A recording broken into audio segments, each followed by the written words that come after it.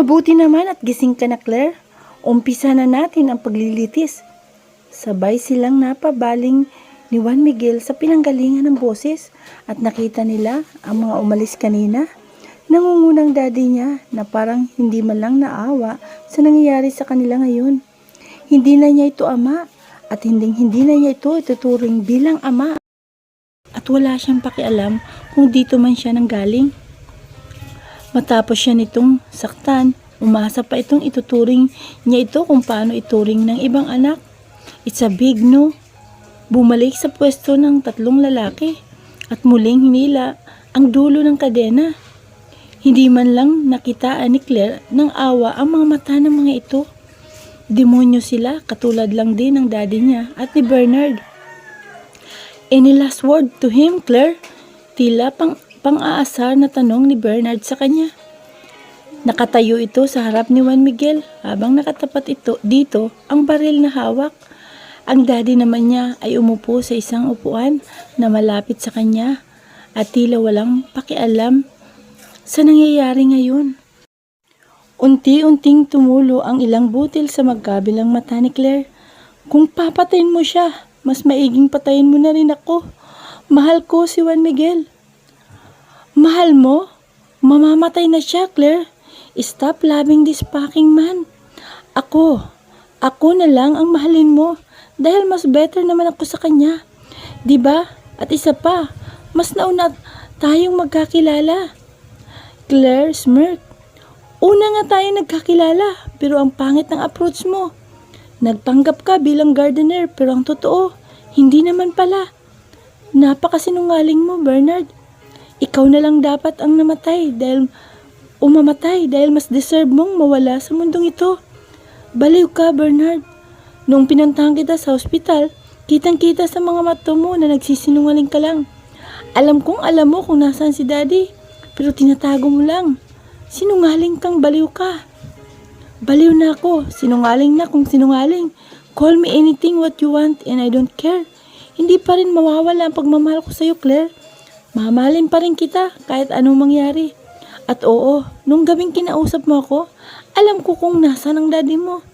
I lied. Yes. At first, akala ko wala na siyang tiwala sa akin. But I was wrong. Pinuntahan niya ako sa ospital at kinausap. Sinabi niya lahat ng plano niya sa akin. Sinasabi ko na nga ba you're just lying. You're just hiding him. Sandali niyang tiningnan ng masama, saka ibinalik ang tingin kay Bernard. Hindi ka na ba magbabago, Bernard? Stop doing this shit. Patahimikin mo na kami. I want peace. She shouted. Lahat ng tao nagbabago. Lalo pa itong lumapit kay Juan Miguel. Halos 2 dangkal na lang ang layo ng baril nito kay Juan Miguel. Pero magbabago lang ako kapag patay na ang gagong ito. Enough, Bernard. Patayin mo na yan. Huwag mo na ang patagalin ang oras. Anang daddy niya habang nakaupo. Dad, please. Lumuhod na si Claire sa harap ng daddy niya. Stop him. Huwag mong hayaan si Bernard na patayin si Juan Miguel. Mahal ko si Juan Miguel, Dad. Please. Nagmamakaawa ako. Anya habang lumuluha. Sorry, Claire. Hindi ako magdidesisyon yan. Then, he looked away. Please, Bernard. Nagmamakaawa ako. Don't kill Juan Miguel. Huwag mong hayaan na makulong ka nang dahil lang sa galit. Pwede pang pigilan yan. Magiging kriminal ka, Bernard. I'm begging, please. Nagmamakaawa ko, Bernard. Kuhanin mo na ako basta palayain mo lang si Juan Miguel. You have freedom to take me. Ituloy na natin ang kasal. No, Claire. Hindi matutuloy ang kasal. Shut up, fucking idiot. Sigaw ni Bernard nang magsalita si Juan Miguel. Ibigtin niyo ng lalaking ito. Bilis! Gusto kong makitang lumawit ang dila ng gagong yan. Nanlaki ang mga mata ni Claire nang marinig yun. Tiningnan niya ang 3 lalaki at nakita niyang pumersa ang mga ito at walang ano-ano hinila ang kadina. Napasigaw na lamang si Claire nang unti-unting umangat si Juan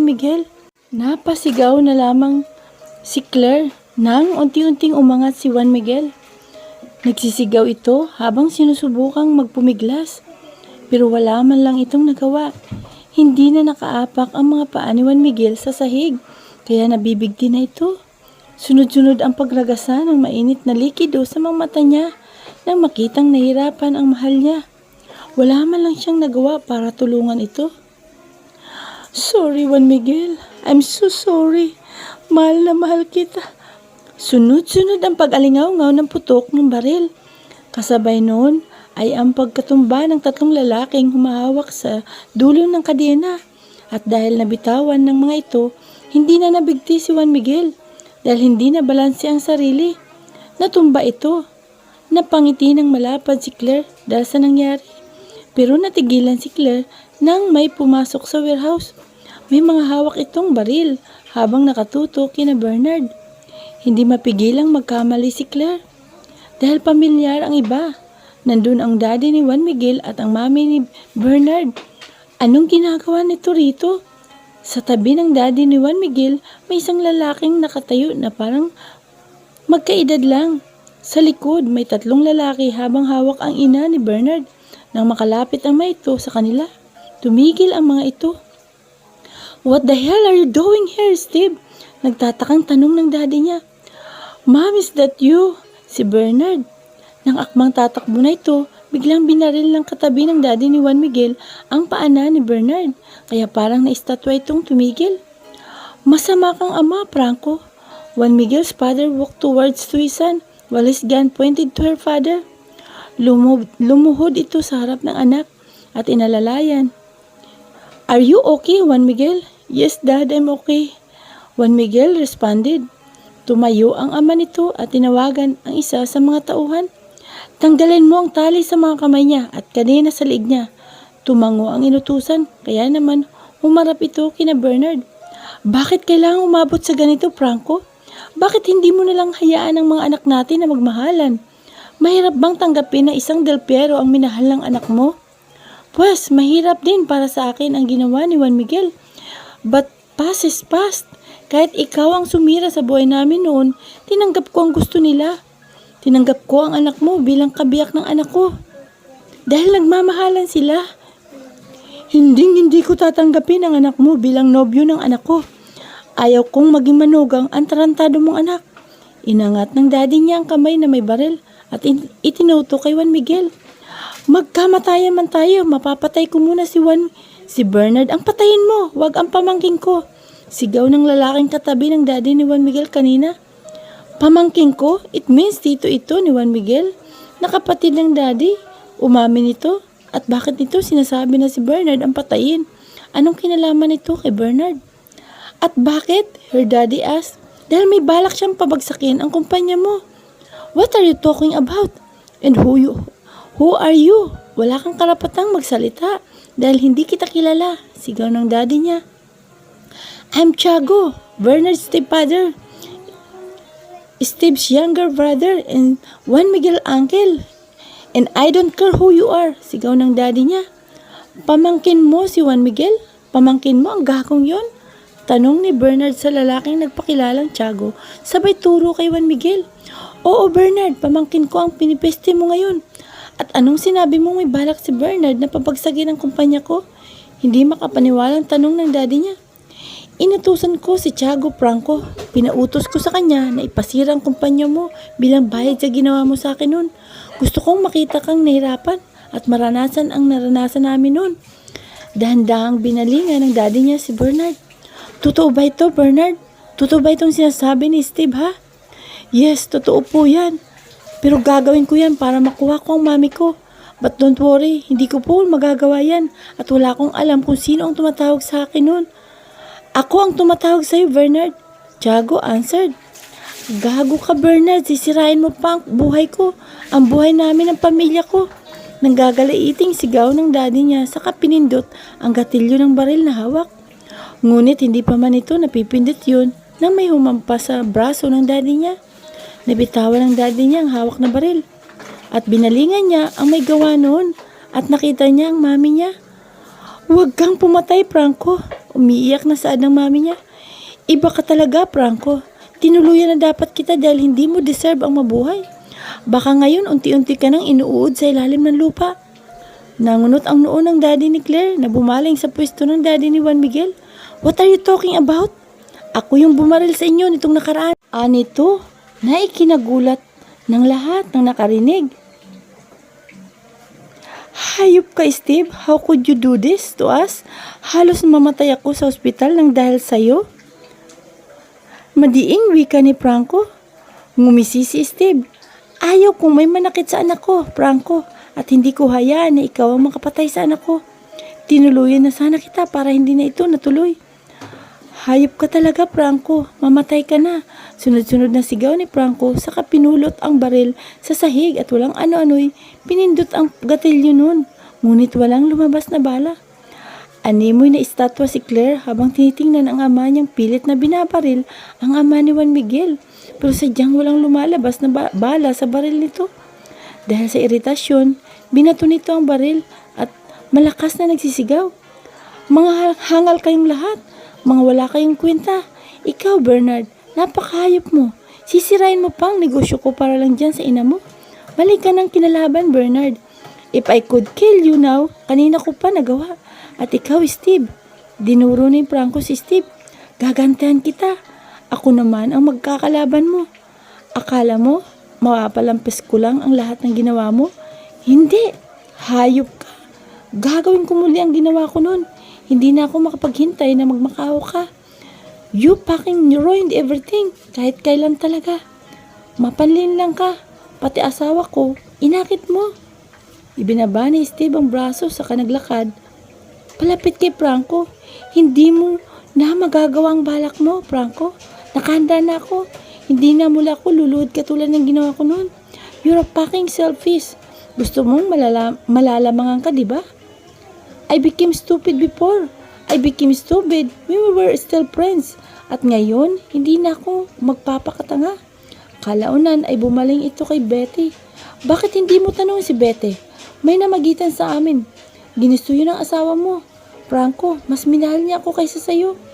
Gago ka. Nang gagalaiting sigaw ni Franco sa kamalakas na sinuntok si Steve na nagpaatras dito.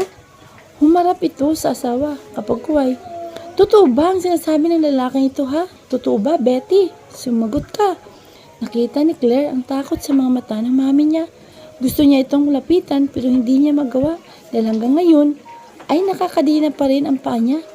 Maya-maya pa unti-unting tumulo ang luha sa mga mata nito. Nagpakawala ito ng hangin sa bibig bago nagsalita.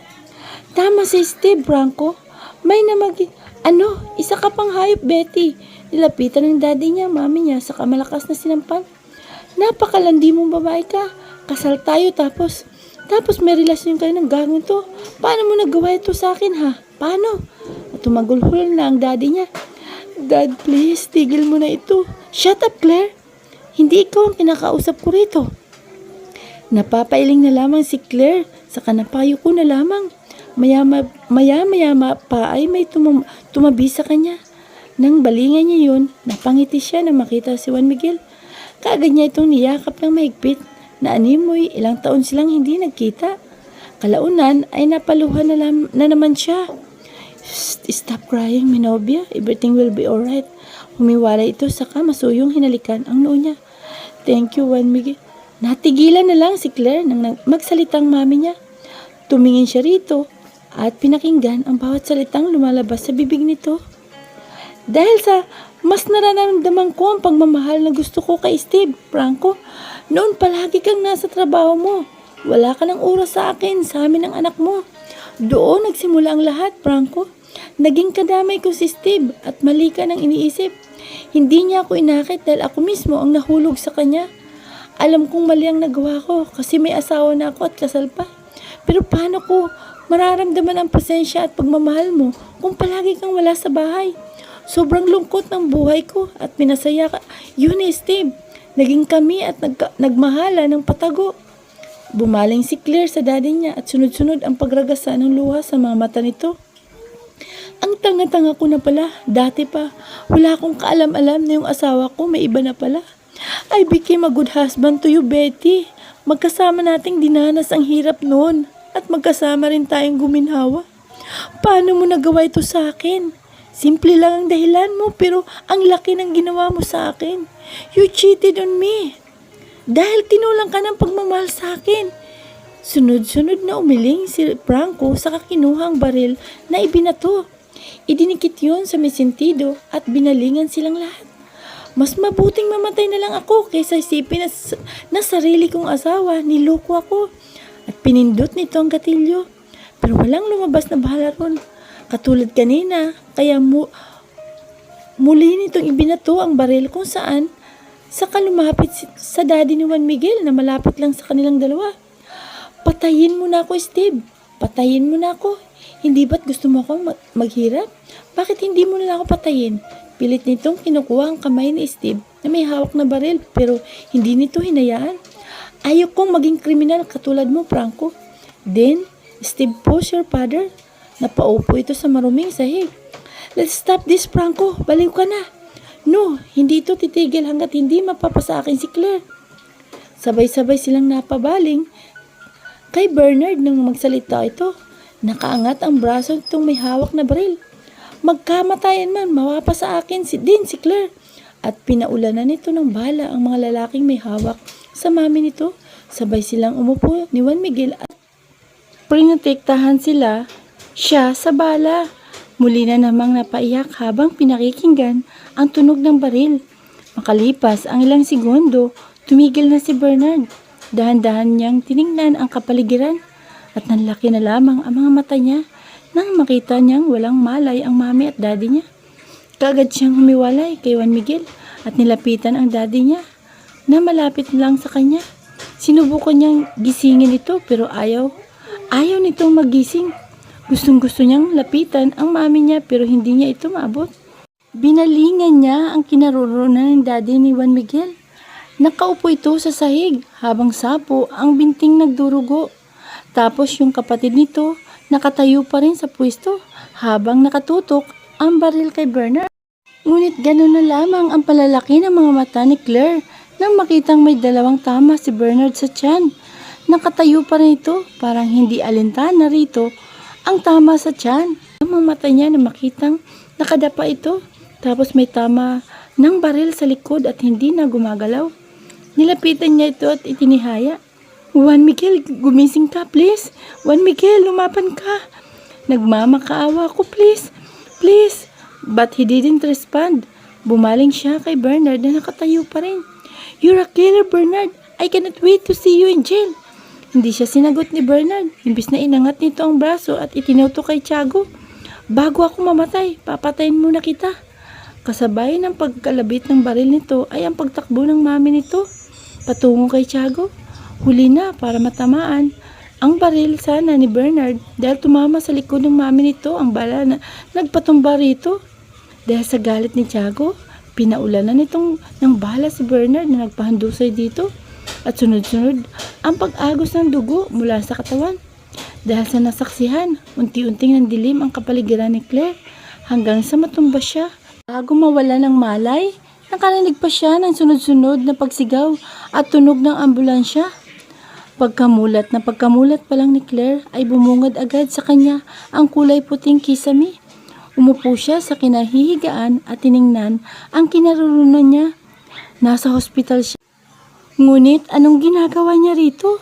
Mariin niyang ipinikit ang mga mata at iniisip ang nangyari. Ngunit ilang segundo pa lang ang lumipas nang maalala niya ang nangyari. Si Juan Miguel at ang magulang niya.